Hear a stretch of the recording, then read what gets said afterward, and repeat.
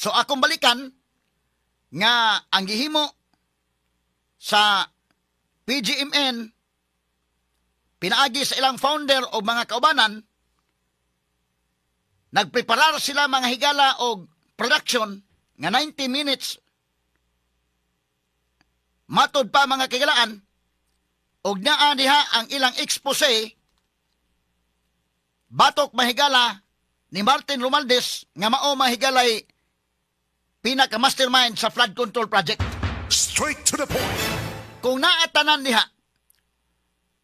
labi na karon nga nadakop na siya day, may mayog iya lang ipagawas na. Puslan man. Ha? Puslan man. Kay ang mga kamera karon nakatutok ron ni PGMN founder Franco Mabanta o iya mga kaubanan.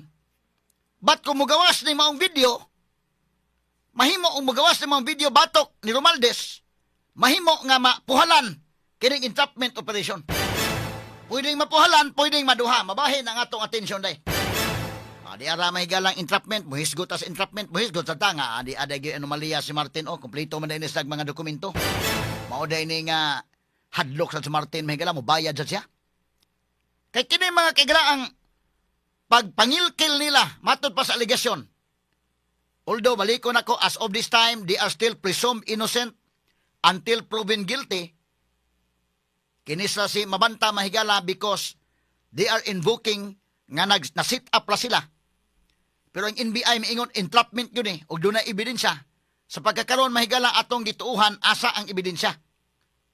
Kay sila si Mabanta wa pa man makapresent og ilang kaugalingong ebidensya mahigala. Ang ila is general denial lang niining maong panghitabo. So ang hitabo mga kaigsunan, dili ni sila sakop sa mainstream media. Ang ilang gihimo, doon sa network mga kaigsunan, internet-based ni.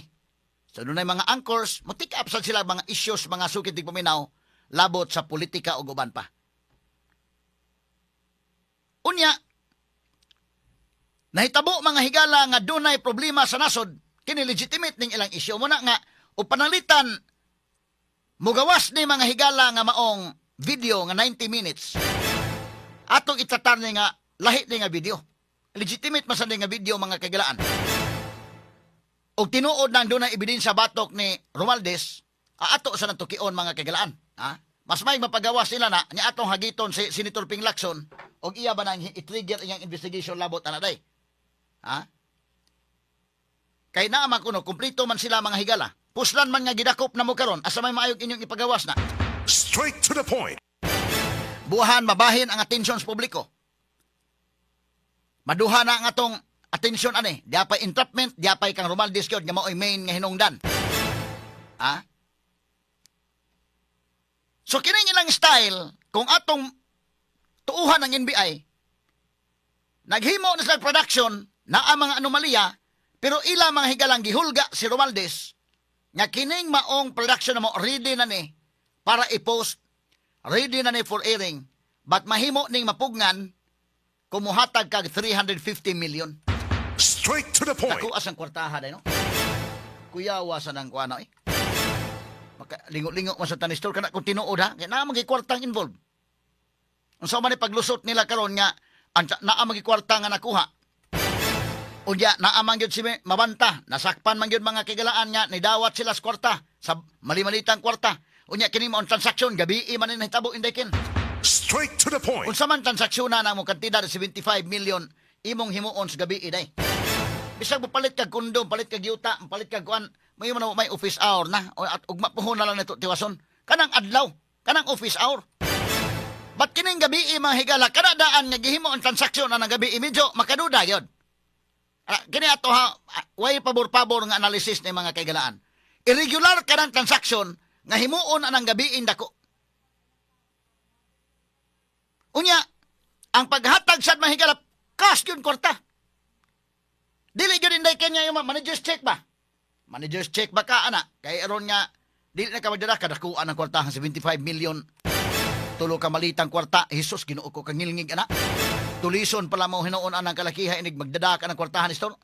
So, highly irregular kini. Straight to the point. Okay, atong balikan mga kagalaan, kining maong sitwasyon. So kining ilang pamaagi, kung ang NBI mga higala nga narrative mo itong paminaon, naghimo sila og production, naghimo sila og investigation sila si Franco Mabanta o mga kaubanan sa PGMN, Peanut Gallery Media Network, unya ilang gigamit sa pangwarta. Straight to the point. Mao ni ang allegation mahigala ni Martin Romualdez o mao ni ang narrative sa NBI. Although, ang narrative mahigala himakak ni Franco Mabanta. And they are still presumed innocent until now because wala pa man mahigalay conviction gikan sa korte. Pero ang mga ebidensya nga gipresenta sa NBI medyo semi-ipit. Kini mao mga ebidensya. So gidakop sila without a warrant of arrest because naaman sa entrapment operation. Maigo siya og wala warrantless arrest. Entrapment man. Wa sila kabantay nga kini si Martin. So kining ilang dakin kung atong tuuhan ng NBI, maro-maro ning ilang gihimo. Naghimo sa production, ila mahigalang humanang production na ana. Ila mahigalang i-communicate sa Martin nga di ay among i-on air na para posting yan expose ni. Pero kung bayad kag 350 million, dili na mo idayon ning maong expose. Mao ni ang gihimo. So si Martin willing nga mobayad instead mga higala og 350 million, niingon siya nga muhangyo sa 300 million. Gipahangyo in 4 tranches. So kaupat nga hugna ang paghatag. Una mahigala ni adto milabay nga Martes 75 million. Dako ang mga kwartaha day.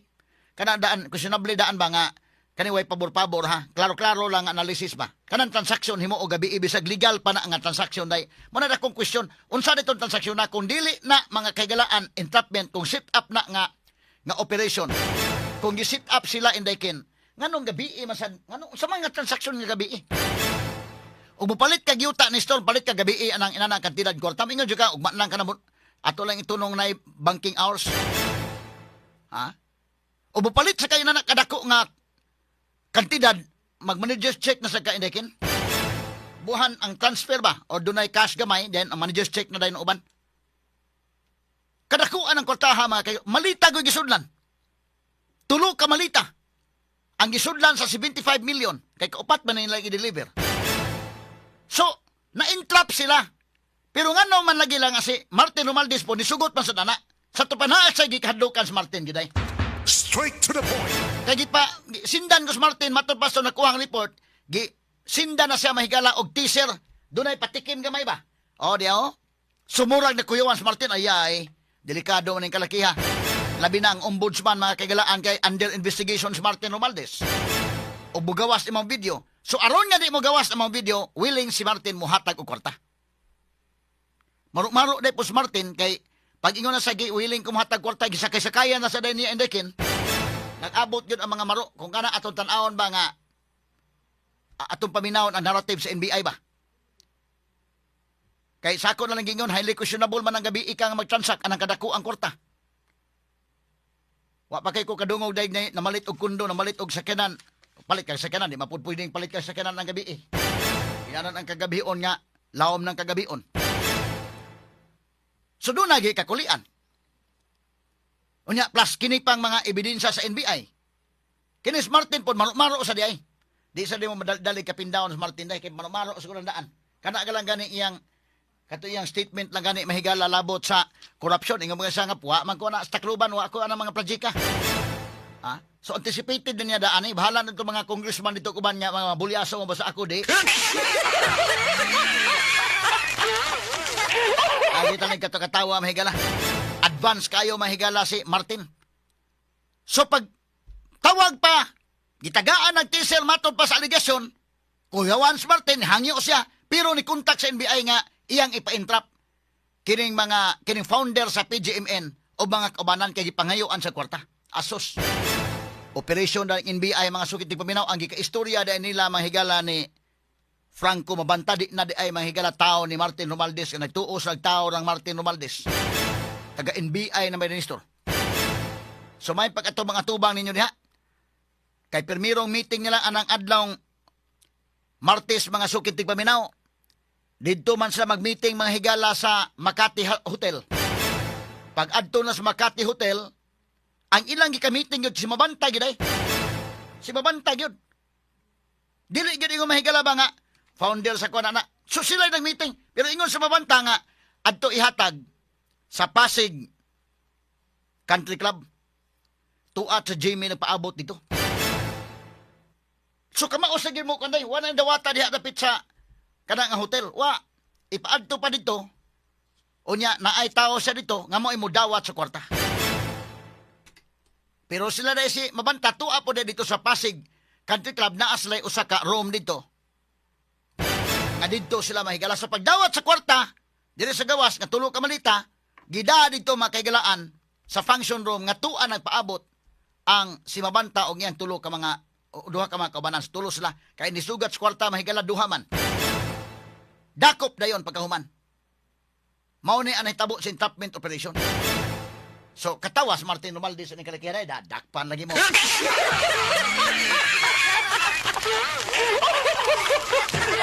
Ako inyong pangortahon ha. So ko Martin siguro day kini magud og inani nga klase sa kuan indekin tinuod ning pangwarta ani. Di nila lim sa daha kay panalitan ka ng 90 minutes nga kuan unsa man na dili namo ni pagawas taga imig kwarta. Panalitan kung naka kay karon magud internet magud indekin kapipis ra magud. Unsa man na imong ihatag ang USB darang USB o. Nanay ang among expose. Pero ang problema na naka-copy-paste na sila dito sa computer. Nya doon na nilaghan nga ko na og panalitan mo gawas gihapon. Unsa may mahitabo ana? Bisan nagkahatag na ka. So dili lalim ning ko ana. Apuslan man mahigalab padakop Martin. Straight to the point. Nakaron amo ni mahigala ang pag atong i-review gamay ha. Asa man to ang pagdakop names. Ito primero katong tibok video kana. Ato balikan gamay. Sige daw. Audio. Audio dong. Okay, gamay lang ha. Ato sa adjust mga higala. Okay. Sa audio dong. Pagsabot pa nila dito sa Makati na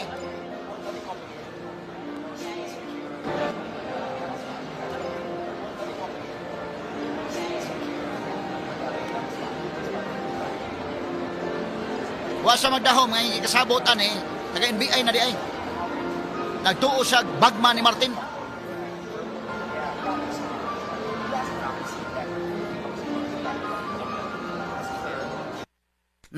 Okay mo na niya mahigalang operasyon na. Audio dong, nanay audio.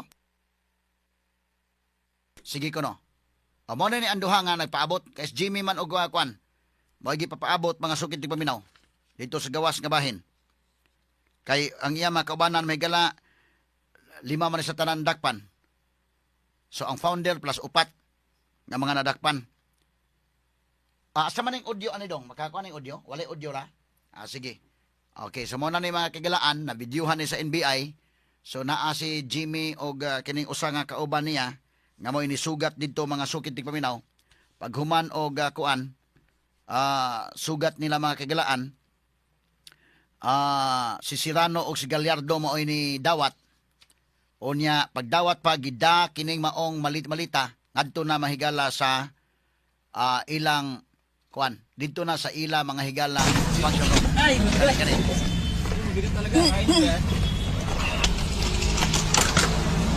okay. Moni.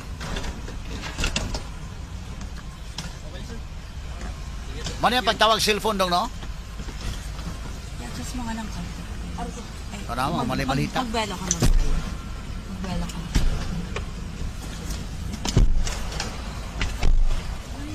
Idagi mga mali-malitang korta. Pagdana, sundan lang nila.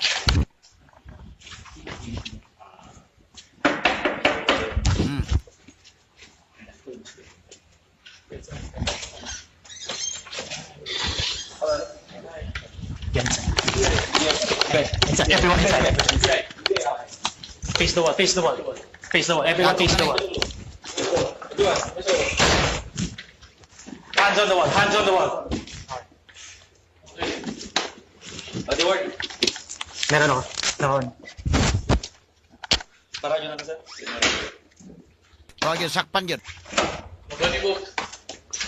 So, this is an entrapment operation. As you can see, pwede namin kinuha kanina, pwede ka namin kunin. Pero we waited for the production to be, something to be consummated. Okay? Ang iyang Positive yung maleta. Nagdakop niya dito. Kani ang nakapink na taga NBI. Mo ni ang istorya, mo rin nadakop niya.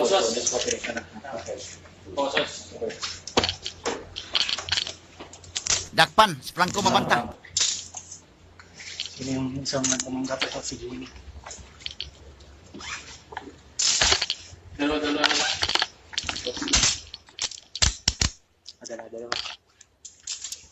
Bro.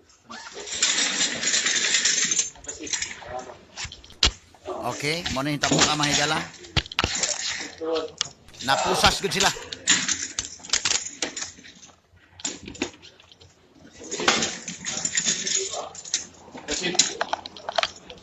Sus, wawa aning kalakiha oy. Although may ilang ingon ha nga sit up ko nun pero bida. Mo ni mga kwarta mga sukit tig paminaw. Naa mahigalay mark money katong tinuod nga kwarta ang uban na budol money nagipanggamit dakin. Kadaghana gud na mahigalang 75 million. Pero ngano isugot pa mo lagi si Martin ana. So na gikahadlukan si Martin sa gyud. Okay, so muna nang hitabo ang mga sugid paminaw pero kining tawag nila sa NBI asaman tong cellphone names. Kanang padung pa sila ito sa Pasig Country Club. Mao ni hitabo gitawagan og balik si Franco. Okay, asa mong audio nito. Kaniyo. Hello. Hello sir, apo. Hello sir. Malapit na kami sir. Dito sa ano na kami? Siguro mga one. Okay, gamay lang. Paano bang ano naman yun sir? Tao mo naman yun. Paano namin siya paano ko papakilala? He's there lang, naka-face mask. Siya lang tsaka yung isa kong kasama na naka-face mask. Nandiyan lang sila. So you can just drop off the bag there. It's very, very easy. Pagpasok mo sa driveway. Paano sir? Ibigay mo lang. They're my trusted people. Sa kotse sir? Or paano ba? Ha? Idadrop sa sakyan nila? Paano sir ang ano sir? So yung tao ko bro, nandiyan lang. His name is Jimmy. Yung dalawang tao na naka-face mask. So you can just see him. Pag mo dyan, just say Jimmy, and then he'll receive the bags. Bali, Very simple. Ilan sila sir? Dalawa, pero kaya nila yung tatlo. Dalawa. Okay po. Kasi ano to sir? Tatlong maleta. Kaya yung bati. It's okay, kaya na yun. Don't worry about it. Tapos anong suot sir na damit? Alam naman nilang na tatlo yan. Okay. Anong suot na damit sir? Naka-jacket parehas. Jacket. Sige So, sir. basta yung naka-face mask. Okay sir, sige sir. So tatawag ako sir kay Jimmy no pagdating, tama sir? Ano yun? Sorry. Tatawagan ko si Jimmy pagdating namin. Si Jimmy, yes, correct. Okay That's sir. right. Tawagan mo lang Okay siya. sir, sige sir. Thank you sir. Okay, see you. Okay, bye-bye. Okay sir. Okay, see you. Jesus Ginoo ko, entrapment man di ay. So kini ila maro nilang gihimo kung atong tuuhan ang allegation sa NBI ha. Mo ni allegation sa NBI. So sa ba kung atong tuuhan ang NBI, maro lang gihimo gipangwarta na si Martin. Si Martin sa outsmarted sila Martin day. Tan-aw Martin maro mo ha, labaw pa sa ko maro.